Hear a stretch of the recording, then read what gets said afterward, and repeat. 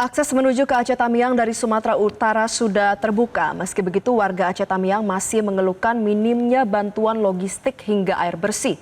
Sementara itu, antrian kendaraan di SPBU masih terjadi di Tapanuli Selatan. Terjadi kelangkaan BBM di sejumlah tempat. Ini menjadi dampak dari bencana banjir bandang dan juga longsor. Salah satunya adalah di Kabupaten Tapanuli Selatan. Informasi selengkapnya akan disampaikan jurnalis Metro TV Randi Alvaras di Aceh Tamiang dan Joy Jones di Tapanuli Selatan. Kita akan ke Randi terlebih dahulu. Randi, bagaimana kondisi di Aceh Tamiang? Apakah ada bantuan yang sudah bisa tersalurkan?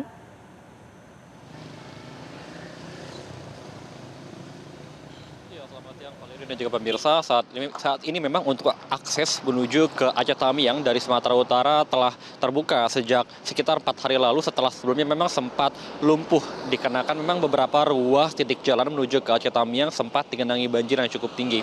Namun hingga saat ini juga akses menuju ke Aceh Tamiang ini sudah terbuka.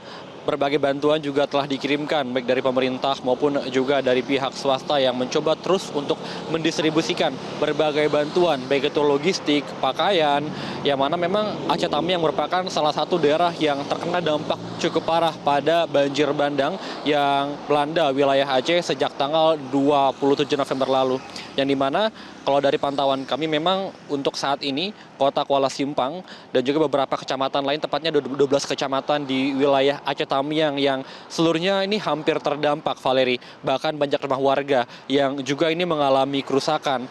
Beberapa bahkan mengalami kerusakan parah dan juga beberapa warga juga bahkan mengaku rumah mereka hilang tersapu oleh banjir. Sehingga memang hingga saat ini masih banyak warga yang tetap mengungsi, baik itu di posko pengungsian yang telah didirikan oleh BPBD ataupun juga di posko pengungsian yang didirikan secara mandiri oleh warga di beberapa kecamatan.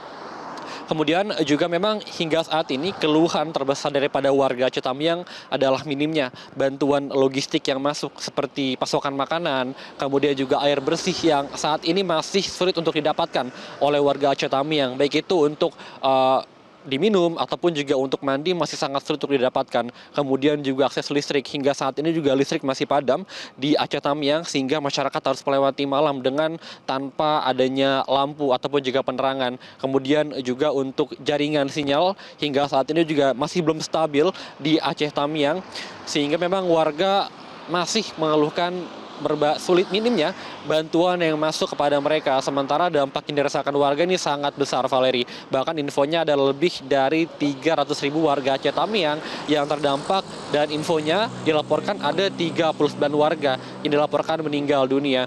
Dan hingga saat ini juga mereka masih sangat menantikan berbagai bantuan. Terlebih juga beberapa fasilitas umum seperti sekolah juga masih belum aktif secara normal. Kemudian juga pusat perniagaan hingga saat ini juga masih lumpuh dikarenakan memang untuk pusat perniagaan yang berada di Jalan Letjen S. Parman hingga saat ini juga masih digenangi lumpur yang cukup tinggi dan beberapa toko juga bahkan hampir seluruh toko ini masih tutup sehingga belum bisa beroperasi secara normal dan warga juga memang masih sibuk untuk menantikan bantuan dari berbagai pihak dan warga juga banyak yang kembali ke rumah mereka masing-masing untuk memeriksa barang-barang mereka.